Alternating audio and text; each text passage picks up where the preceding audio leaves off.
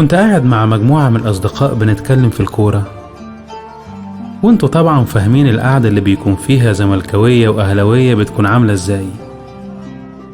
المهم واحد منهم حكالنا قصة في منتهى الجمال.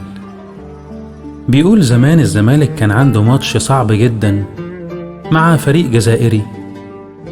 الزمالك وقتها ده غلب 2-0، وطبعا كان لازم الزمالك يكسب في مصر على الأقل 3-0. راح ساعتها محمود الخطيب عمل ايه؟ راح حضر بنفسه تدريب الزمالك في 100 عقبة. عارفين كم مشجع أهلاوي راح الاستاد علشان يساند نادي الزمالك؟ حوالي 40,000 مشجع، كلهم ماسكين أعلام نصها أحمر ونصها أبيض بخطين حمر.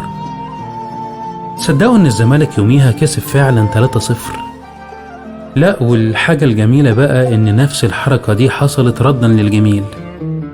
الأهلي كان عنده ماتش صعب جدا ضد فريق أفريقي. يقوموا بقى الزملكاوية يعملوا إيه؟ حوالي 30,000 مشجع زملكاوي راحوا يشجعوا النادي الأهلي، طبعا ضد الفريق الأفريقي، وبرضه الأهلي كسب وسط تشجيع حماسي جدا من جمهور الفريقين. السؤال هنا، هي الروح دي راحت فين؟ ليه أحوالنا بقت صعبة بالشكل ده؟ ليه لما نروح نشجع فريق بنحبه نشيل روحنا على ايدينا ونبقى مش عارفين هنرجع ولا لأ؟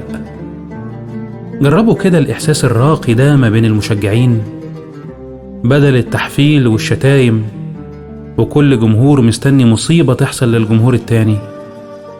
روحوا وشجعوا النادي اللي محتاج مساندتكم. جمهور الأهلي يشجع الزمالك وقت الأزمات، وجمهور الزمالك يشجع الأهلي وقت المحن. جربوا انتوا، مش هتخسروا حاجة، والله العظيم هتكسبوا كتير.